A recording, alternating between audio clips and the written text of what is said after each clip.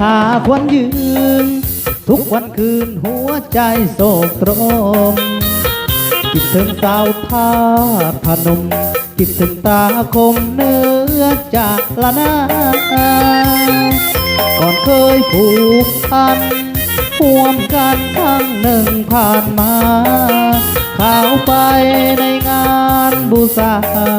นมัสการพระธาตุพนมข้าหนึ่งมีวายหัวใจข้าหนึ่งบ่สาวคิดถึงใบหน้านุ่งเยาว์คิดถึงภาพเก่าที่เคยถูกโสมคิดทอดความหลังเมื่อครั้งเราเคยเที่ยวสมคิดถึงหน้าตาคมไหว้พระพนมในคืนวันเพ็ญยืนอยู่แคมป์ของเลี้ยวมองไปฟ้าฝั่งขวาหัวใจอ้ายยังเหมือนโมหัวคิดถึงดอกบัวที่พวมบานเบ่งอยากจะไปหาน้องแก้วตาด้วยตัวอ้ายเองคิดถึงเมื่อคืนเดือนเพ็ญใจห่อนเฮงคิดถึงจริงแท้โอ้นวลละลืมแล้วบ่เมื่อครั้งผ่านมาหากน้องเจ้าบ่ลืมลานัดพี่หน้ามายามอ้ายแดมือบุญผ่าหลวงเสินพุ่มพวงไปห่วมแท้จะพาน้องแม่ยอดสีแปลจะพาน้องแท้อยู่บุญท่าหลวงจากที่มาคารุซานอสันเสดยเสียหำมุกหมัก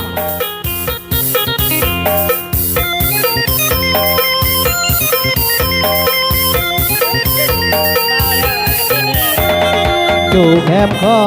งเดี่ยวมองไปฟ้าฝั่งขวาหัวใจอ้ายยังมืดมัวคิดถึงดอกบัวที่พวมบานแดงอยากจะไปหาน้องแก้วตาด้วยตัวอ้ายเองคิดถึงเมื่อคืนวันเพ็ญใจห่อนเฮงคิดถึงจริงแท้โอ้นวลละลืมแล้วบ่เมื่อครั้งผ่านมาหากน้องเจ้าบ่ลืมลานัดพี่หน้ามายามพูดแน่มือบุญพาหลวงเสินพุ่มพวงไปห่วมแท้จะพาน้องแม่ยอดสีแปลจะพาน้องแท้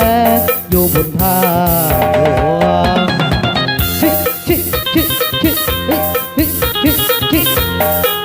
จากที่มาคารุซาวน้องอะไรกำลังรื่นขอ